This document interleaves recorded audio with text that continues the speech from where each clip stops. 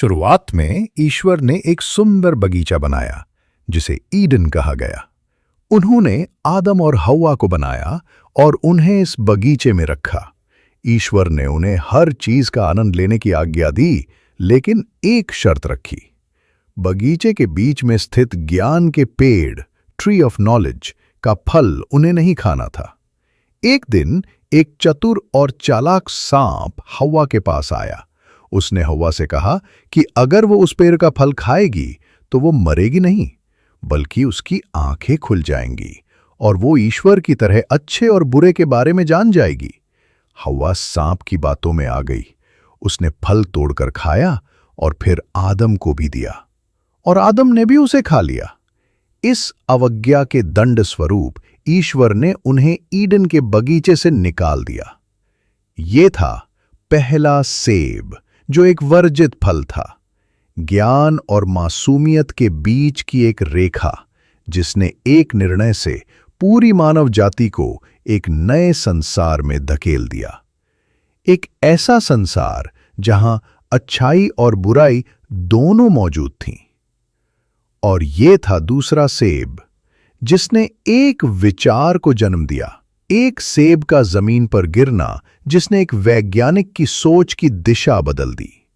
ये सिर्फ एक फल का गिरना नहीं था, बल्कि ये गुरुत्वाकर्षण के नियम की नींव थी।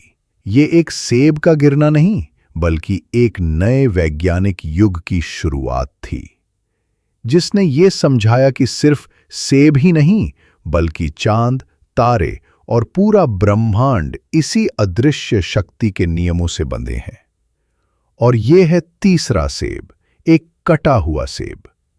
ये सिर्फ एक लोगो नहीं, बल्कि एक क्रांति का प्रतीक बन गया, जिसने हमारी जेब में दुनिया भर की जानकारी रख दी, जिसने संचार, संगीत और कला को एक नया आकार दिया। ये सिर्फ एक कंपनी नहीं, बल्कि एक ऐसे बदलाव का नाम है जिसने हमारे जीने का तरीका ही बदल दिया। ये तीन सेब, एक धर्म का प्रतीक, दूसरा विज्ञान की खोज और तीसरा आधुनिक तकनीक की क्रांति, इन तीनों ने मानव इतिहास की दिशा को हमेशा के लिए बदल दिया। धर्म, विज्ञान और तकनीक के ये तीन सेब मानव इतिहास में ऐसे गिरे कि उन्होंने दुनिया को देखने का हमारा नजरिया हमेशा के लिए बदल दिया। हमें उम्मीद है कि आपको यह कहानी पसंद आई होगी। वीडियो देखने के लिए आपका शुक्रिया। अगली दिलचस्प कहानियों और अपडेट्स के लिए हमारे चैनल को लाइक, शेयर और सब्सक्राइब करना ना भूलें। धन्यवाद।